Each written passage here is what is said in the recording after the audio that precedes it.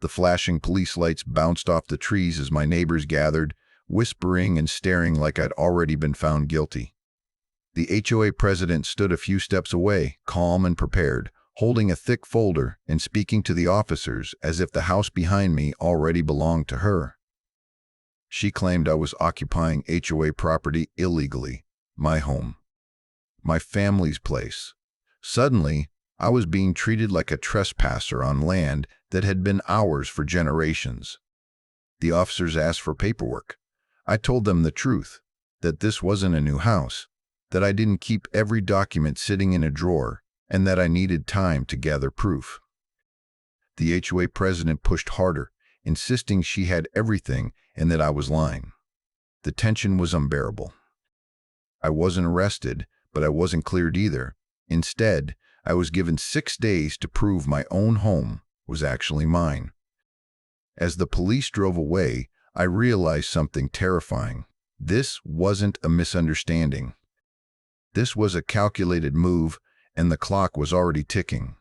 If you want to hear more true stories like this, make sure you hit that subscribe button to HOA Update. And tell me in the comments, where are you watching from? That cabin was never just a house to me. It was the one place in the world that felt permanent.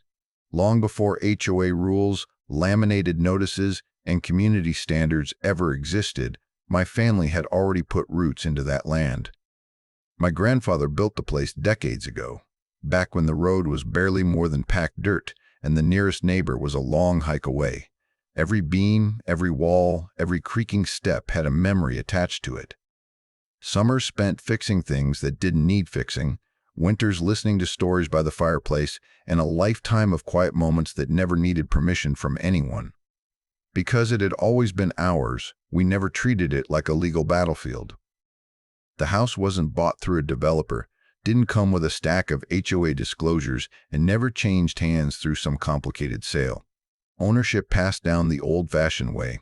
Clean probate, family trust, taxes paid on time.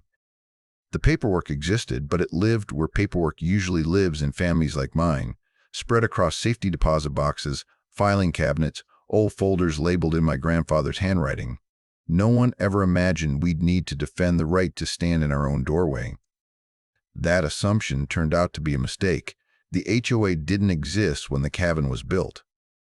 It arrived years later, slowly creeping outward as nearby land was developed. At first, it stayed where it belonged: gated neighborhoods, manicured lawns, houses that signed up for it willingly. My property sat just outside that bubble, untouched and ignored, until it wasn't. Looking back, the timing wasn't random. Property values in the area had exploded. Empty land was scarce. And suddenly, my cabin, older, different, and standing alone, became a problem. Not because it violated anything, but because it didn't fit their vision. That's when the letters started. Then the visits. Then the confidence, like they already owned something they'd never paid for. What disturbed me most wasn't the accusation itself. It was how sure they were. The HOA president spoke with absolute authority, as if the law bent around her clipboard. She wasn't asking questions. She wasn't verifying facts. She was declaring outcomes. In her world, perception was power, and she wielded it like a weapon. As I replayed the police encounter in my head, it finally clicked. This wasn't about compliance or community standards. It was about control. They were betting on confusion, on missing paperwork, on time pressure. They assumed I'd panic, back down, or walk away before I could prove anything. And that was the moment I understood something crucial. This wasn't a normal dispute between a homeowner and an HOA. This was an attempt to take something that didn't belong to them, using fear, authority, and paperwork as leverage. They didn't just want me to follow the rules. They wanted me gone. The next morning, I didn't waste a single minute. The 6-day clock the police had given me felt louder than any alarm. I started with what I thought would be the easiest part: collecting the documents that should have already existed. Deeds, tax records, probate filings. Simple, straightforward. At least, that's what I told myself. It didn't take long for that confidence to crack. I pulled out old folders first, the ones my grandfather had kept tucked away for decades, yellowed papers, handwritten notes, copies of official forms from years ago. The proof was there, but it wasn't complete. Some documents referenced others that weren't in the folders. Some had stamps without matching records, enough to show history, but not enough to shut down an aggressive HOA with lawyers and influence. So I went where answers were supposed to live, government offices. The first clerk I spoke to was polite but distracted, typing slowly as she searched her system. She frowned, refreshed the page, and tried again. "That's strange," she muttered. According to her screen, several filings tied to my property were marked as archived, but there was no digital trail leading to where they'd been moved. Another office told me the same thing. The records existed, at least they were supposed to, but no one could tell me exactly where they were now. By the end of the first day, I felt the first real wave of panic. Not fear of losing the house, but the sick realization that the system itself wasn't working the way it should. Or worse, it was working exactly the way someone wanted it to. Day 2 was worse. Online databases that should have shown clean ownership histories displayed gaps. Dates didn't line up. Property descriptions were vague where they'd once been specific. One database listed a boundary note that had never existed before, subtly suggesting overlap with HOA-controlled land. It wasn't enough to prove anything outright, but it was enough to muddy the water. Enough to make a judge pause. Enough to give the HOA room to argue. Everywhere I went, I heard variations of the same sentence. "Give us some time. Records are backed up. That department handles that. We'll have to request it." Time. The one thing I didn't have. By the third day, the stress started to seep into everything. I slept in short bursts, my mind replaying worst-case scenarios over and over. Losing the house. Legal fees draining my savings. Being forced out not because I was wrong, but because I couldn't prove I was right fast enough. I could feel the pressure they were counting on, the kind that makes people settle, sell, or surrender just to make it stop. And that's when the pattern became impossible to ignore. The missing records weren't random. They all shared one thing in common. They were inconvenient to the HOA's claim. Anything that clearly showed the property predating the association, anything that reinforced uninterrupted family ownership, was harder to access than it should have been. Meanwhile, the HOA's documents were pristine, organized, ready. It was like walking into a rigged game where one side had already stacked the deck. I realized then how this worked. They didn't need to erase the truth completely. They just needed to slow it down, delay it, make it expensive and exhausting to retrieve. Most people wouldn't fight this hard. Most people would see the missing paperwork, feel the clock ticking, and assume they were already losing. The HOA didn't have to win in court. They just had to win in time. Every night, I crossed another day off the calendar. 6 turned into 5. 5 into 4. The pressure wasn't just legal anymore, it was psychological. The HOA knew exactly what they were doing. They were exploiting a weakness most homeowners never think about. The assumption that long-term ownership speaks for itself. It doesn't. By the end of the third day, I was exhausted, frustrated, and angry in a way I'd never felt before. Not blind anger, but focused, cold. Because now I understood the real battlefield. This wasn't just about finding documents. It was about exposing a system that had been quietly adjusted to favor those who knew how to pull the right strings. And if the system could be manipulated against me, it meant it had already been used against others. That realization didn't calm me down. It hardened my resolve. If they were counting on me to break under pressure, they were about to learn how wrong they were. I stopped talking about it after that. No arguments, no confrontations. No dramatic accusations thrown back at the HOA. Silence became my shield. Every word I didn't say was energy I saved for what actually mattered, finding the truth. I learned quickly that loud resistance only helped people who wanted me rattled. So I worked quietly, slipping through offices, making careful phone calls, asking questions without drawing attention. I didn't announce what I was looking for or why. I simply listened. Systems that look solid on the surface always have cracks underneath, and I trusted that somewhere inside those cracks, the proof still existed. I wasn't naive enough to think corruption was rare. I had seen enough of the world to know that power attracts people who misuse it. But I also knew something else, just as well. Corruption never works alone. It survives because most people look away, not because everyone is bad. Somewhere in every broken system, there are people who still care about doing the right thing. That belief kept me moving when exhaustion started to set in.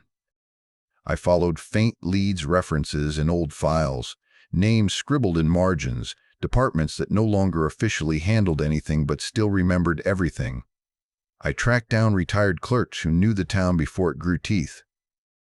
I searched storage rooms that smelled like dust and forgotten years. Each small step felt promising in the moment, only to end in another dead end. Days blurred together. Coffee replaced meals. Sleep became optional. I could feel the weight of failure pressing on my chest, not because I was giving up, but because progress refused to show itself. To anyone watching from the outside, it probably looked like nothing was happening at all. 3 days passed like that. No breakthroughs, no dramatic discoveries. Just quiet work and growing fatigue. There were moments, short, dangerous moments, when doubt crept in. When I wondered if the HOA had already buried the truth too deep, if the system had been bent too far to ever snap back. But every time that thought surfaced, something else pushed it down. This was my family's home, not a transaction, not a loophole, not a technicality. Even when my body was tired and my patience worn thin, that certainty didn't fade. If the truth still existed anywhere, I was going to find it. And if it didn't, then I'd create a trail so undeniable that even the people hiding behind paperwork wouldn't be able to ignore it. Silence didn't mean surrender. It meant focus. And while nothing visible had changed yet, something important had already shifted. I wasn't waiting for time to run out anymore. I was preparing for the moment it stopped working in their favor. The knock came late, long after the mountain had gone quiet. No car headlights. No voices. Just a heavy, deliberate pounding that didn't belong to anyone who expected to be welcomed. I remember hesitating for half a second, that instinctive pause where your body senses danger before your mind catches up. Then I opened the door. They rushed in immediately. No words. No hesitation. Big men, built like they were hired for exactly this kind of work. One of them slammed me into the wall before I could even step back. Another kicked the door shut behind them. The sound echoed through the cabin, loud and final, like a decision being made without me. I hit the floor hard. Hands forced behind my back, something tight and unforgiving cutting into my wrists. A boot pressed into my shoulder, pinning me down. The pain came fast and sharp, not wild or emotional, but controlled. Professional. Every strike measured, spaced just enough to hurt without killing me. They weren't there to lose control. They were there to send the message. I tried to speak once. It earned me another kick. The room spun as I lay there, staring at the wooden beams my grandfather had set with his own hands. The same ceiling I'd stared at as a kid, counting knots in the wood while listening to rain hit the roof. That memory collided with the present in a way that made my chest tighten. This wasn't just violence. This was desecration. Finally, one of them crouched close enough that I could smell his breath. His voice was calm, almost bored. "If you want to stay alive," he said, "you walk away from this place, nothing else. No threats about the future. No explanations. Just certainty." Then they were gone. The door creaked as it swung slightly open, letting cold air spill back into the room. I lay there for a long moment, testing my fingers, my legs, my breath. Everything hurt, but nothing was broken. That wasn't an accident. They'd made sure of it. When I finally pulled myself up, my hands were shaking, not from fear, but from the sudden clarity settling in. This wasn't some rogue intimidation tactic. This wasn't a couple of angry neighbors overstepping boundaries. This was organized, planned, backed by money, connections, and the quiet confidence that comes from believing you'll never be held accountable. The HOA hadn't just leaned on authority. They'd stepped far beyond it. I cleaned myself up in silence. No calls. No reports. Not yet. I knew exactly what they were counting on. That I'd react emotionally, that I'd make noise, that I'd give them something they could twist or use. I wasn't going to give them that satisfaction. What surprised me most was what didn't happen afterward. I didn't panic.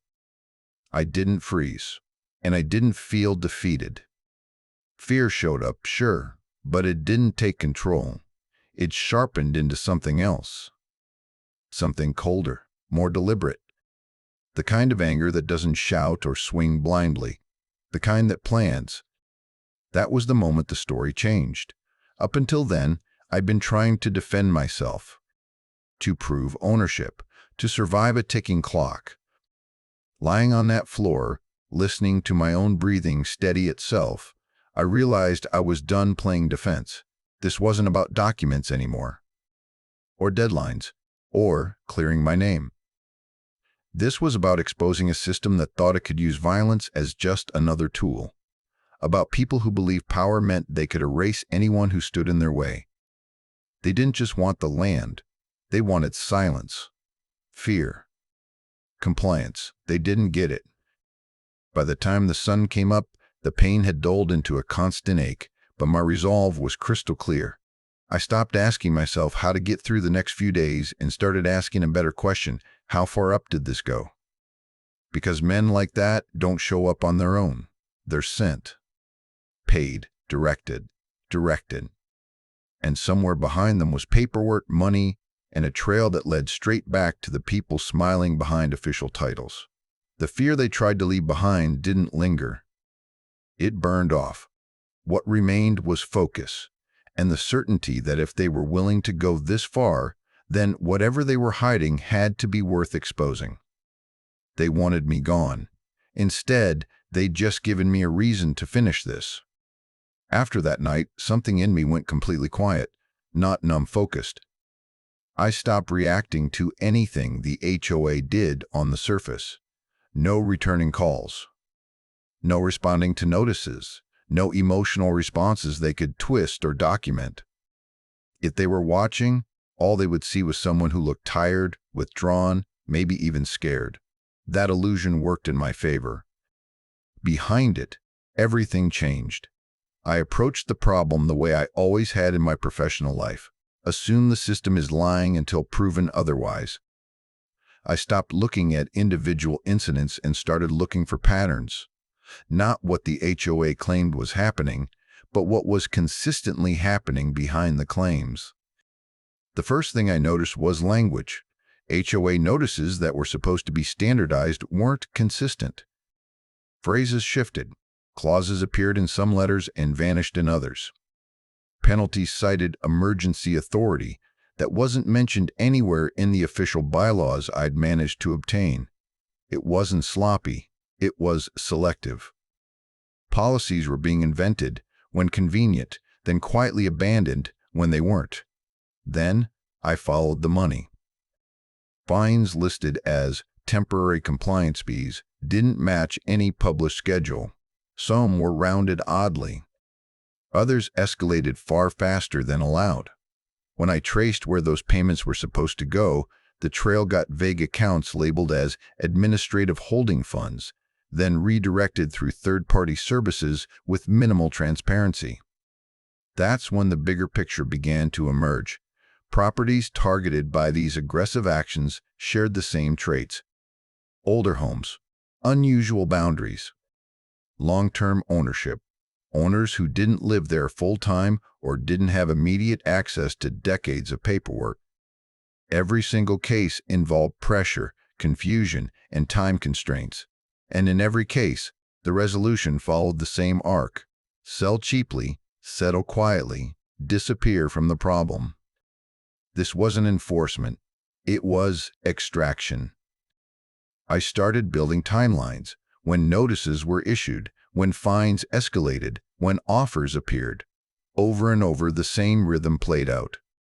First, the accusation, then the urgency, then the threat, and finally, the solution framed as a favor, an easy exit from a complicated mess. My mess just happened to be taking longer. That's when I met the person who changed everything. He didn't approach me dramatically, no secret meetings, no whispered confessions, just a quiet comment during a routine interaction that stuck in my head. Something small, something that didn't quite line up with the official story. I followed up carefully, without revealing what I already knew. He was an HOA officer, not high-ranking, not powerful. The kind of person who handled records, logistics, things no one noticed until they went missing. He had been there long enough to remember when rules were followed instead of manufactured. Long enough to see the shift. What surprised me wasn't that he knew something was wrong. It was that he was waiting for someone to notice. He never said the word fraud. He didn't have to. He pointed instead to versions of policies that didn't match, to archived records that had been quietly overwritten, to internal memos that were never meant to leave the building. He didn't give me conclusions. He gave me access. That was all I needed. Piece by piece, the chaos began to resolve into structure. Fake policies tied to specific enforcement actions, fabricated fines appearing only after certain land assessments, internal communications that contradicted public claims, and most importantly, evidence that decisions weren't being made by committees at all, but by a very small group operating behind the scenes. Everything started connecting. The missing public records, the aggressive timeline, the intimidation. It wasn't personal. I was just the first one who didn't break fast enough. With every document I verified, my strategy became clearer. I wasn't going to confront them. I wasn't going to warn them. And I certainly wasn't going to reveal what I knew until it mattered. I documented everything twice. Stored it in separate places. Cross-referenced dates, names, and signatures until there was no room left for interpretation. This wasn't about overwhelming anyone with paperwork. It was about making the truth unavoidable. By the time I looked at the calendar again, the deadline was dangerously close. But for the first time since the police left my driveway, I wasn't worried about running out of time. I was worried about something else entirely. Because once you see a system clearly, once you understand how it's been twisted and who benefits from it, you realize the most dangerous moment isn't when you're being threatened. It's when the people doing the threatening have no idea what's coming next. And they had no idea, not yet. The sixth day didn't arrive with drama, no sirens, no confrontations in the driveway, just a quiet morning that felt heavier than all the chaos before it. By the time the sun rose over the trees, the paperwork was already filed. I didn't call the HOA. I didn't warn Karen. I didn't give them the courtesy they'd never shown me. Instead, the first time they realized something had changed was when an official court notice landed on their desks, stamped, numbered, unavoidable. I can still picture it clearly because later, I would hear how the room went silent when it was opened. Not a threat, not a demand. A lawsuit, filed in my name, backed by exhibits, timelines, certified records, and sworn statements. Not emotional accusations, but structured claims, abuse of authority, falsified enforcement actions, fabricated fines, coordinated intimidation, and attempted coercion of property transfer. This wasn't a complaint. It was a strike. When we walked into court, the difference between confidence and control became obvious. Karen arrived dressed for dominance, tight posture, sharp smile, stacks of papers meant to impress. She expected chaos. She expected confusion. She expected me to still be scrambling. Instead, I sat quietly while my attorney began laying the foundation. The judge didn't rush. He listened. The first evidence presented was simple: the original HOA bylaws versus the emergency policies used against me. Side by side, highlighted, dated. The inconsistencies weren't subtle. Clauses that didn't exist, authorities that had never been approved, penalties invented whole. Karen tried to interrupt. She was warned once. Then came the fines. Each one traced to its origin. Each one shown to violate the HOA's own published limits. Payment paths revealed. Administrative accounts that shouldn't have existed. Redirections that had no oversight. The courtroom atmosphere shifted. You could feel it. That moment when something stops being a disagreement and starts becoming a problem. The judge asked questions. Karen answered quickly at first, confidently, then more carefully, then not at all. Next came the records. Public databases showing missing entries, archived versions proving edits after enforcement actions had already begun, internal HOA communications, emails that told a completely different story than the one presented to homeowners, discussions about pressure windows, about short timelines forcing compliance, about properties being resolved once owners became overwhelmed. Karen's attorney tried to object. The judge overruled. Then came the moment I had been waiting for. The honest insider took the stand. He didn't accuse anyone. He didn't dramatize. He explained procedures, how things were supposed to work, and then, calmly, how they had stopped working that way. He pointed out who authorized changes, who bypassed review, who gave instructions that never appeared in meeting minutes. The courtroom went very quiet. Karen's confidence didn't shatter all at once. It eroded, sentence by sentence, answer by answer. Every time she claimed ignorance, a document appeared showing her signature. Every time she claimed delegation, an email showed direct involvement. The judge leaned forward. At one point, he stopped the proceedings entirely and asked a single question that changed everything. Are you aware that these actions expose the association to liability far beyond this case? Karen didn't answer. Her attorney asked for a recess. By the time we returned, the posture had changed. The smiles were gone. The strategy had shifted from denial to damage control. But it was too late. The narrative was already complete. What struck me most wasn't the victory. It was the clarity. The judge didn't raise his voice. He didn't moralize. He simply stated facts. That authority had been abused. That procedures had been violated. That intimidation had crossed into coercion. And that the court would not allow administrative power to be used as a weapon against private citizens. When the ruling came, it felt almost quiet. The HOA was ordered to cease all enforcement actions against my property immediately. All fines were nullified. Records were to be corrected under supervision, and further proceedings were scheduled to address accountability for those responsible. Karen didn't look at me as we left. She didn't have to. The truth had done what threats never could. For the first time since this began, I felt something settle inside me, not relief, not triumph, but certainty. The kind that comes when you realize that power only works when no one challenges it properly, and today it had been challenged. Decisively. What followed the ruling wasn't loud or dramatic. There were no cheers in the courtroom, no outbursts of anger or apology.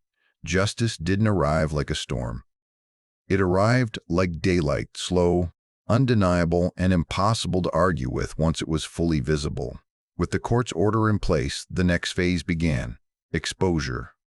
Independent auditors were appointed to review the HOA's enforcement records, financial accounts, and internal procedures. What they found confirmed everything the evidence had already suggested, and then went further. Documents that had been presented to homeowners as official were revealed to be altered versions of older policies. Dates had been changed, clauses inserted, entire pages replaced. Some of the most aggressive fines had been backed by paperwork that had never been approved by any board vote. The word mistake was no longer usable. The HOA president and a small circle around her were formally named in the findings, not accused in vague terms, but implicated through signatures, authorization trails, and correspondence that left no room for interpretation. Decisions had been centralized, oversight removed, and enforcement weaponized. Authority hadn't just been misused, it had been redesigned for control. When the follow-up hearing began, the tone was entirely different. The HOA was no longer standing as an institution defending its rules. It was standing as an entity answering for its behavior. The court ruled that the association had exceeded its legal scope, violated due process, and engaged in practices that amounted to coercion. Enforcement powers were suspended pending restructuring. Certain roles were stripped of authority entirely. Karen's position was one of them. She didn't argue this time. There was nothing left to argue. Her name appeared too often, too clearly on too many documents. The court ordered her removal and barred her from holding a leadership role within the association going forward. Others quietly resigned before their names were read aloud. The fines that had haunted so many residents were voided. Accounts were frozen, reviewed, and corrected. Homeowners received notices, not demands, not threats, but explanations. For the first time, the community was shown what had actually been happening behind closed doors. And that was when everything truly changed. Neighbors who had avoided eye contact for months started asking questions. Stories emerged, late-night notices, sudden inspections, impossible deadlines. People compared letters and realized how similar they were. How calculated, how intentional. The fear that had kept everyone isolated dissolved into something else, shared understanding. Meetings that used to be half empty were suddenly full. Not angry, alert. The HOA's authority, once unquestioned, was now examined line by line. Policies were rewritten with transparency. Oversight committees formed. External review became mandatory. What had once been a tool for quiet control was reshaped into something it should have been all along: limited, accountable, and visible. As for my property, the court's ruling was absolute. Ownership affirmed, records restored. No further action permitted. The cabin that had been treated like an opportunity was legally recognized for what it was: a home with history, not a target. The most powerful moment didn't come from the judge or the paperwork. It came one evening when a neighbor I barely knew stopped by the fence. He didn't say much, just nodded toward the house and said, "They tried that with my place too." I thought I was alone. He wasn't. None of us were. The truth had traveled faster than intimidation ever could, and once it was exposed, it didn't just free me. It rewired the entire community's understanding of power. The HOA still existed, but it would never operate in the dark again. Looking back now, the strangest part of all this isn't the threats or the fear. It's how quietly power falls apart once it's exposed. For a long time, I thought strength meant reacting fast, pushing back hard, proving you couldn't be pushed around. What I learned instead is that real strength is patience. It's the ability to stay still while someone else overreaches, to let the truth gather weight until it can no longer be ignored. I won't pretend the process didn't change me. There were nights I doubted myself, moments when walking away felt easier than standing my ground. But intimidation only works when it convinces you that you're alone or outmatched. Once I realized that intelligence, preparation, and timing matter more than volume or threats, the fear lost its grip. This wasn't just about a piece of land or a legal victory. It was about refusing to let authority go unchecked. About proving that even ordinary people can push back, when they choose clarity over panic and courage over compliance. The system didn't fail me. I learned how to make it work the way it was supposed to. Now, when I stand on this property, the quiet feels different, not fragile. Earned. The kind of calm that comes after something hard has been faced and finished properly.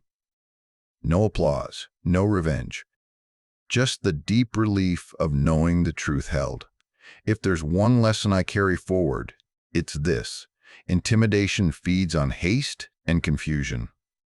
But patience, backed by truth, has a way of ending things permanently, and that's a victory no one can take away.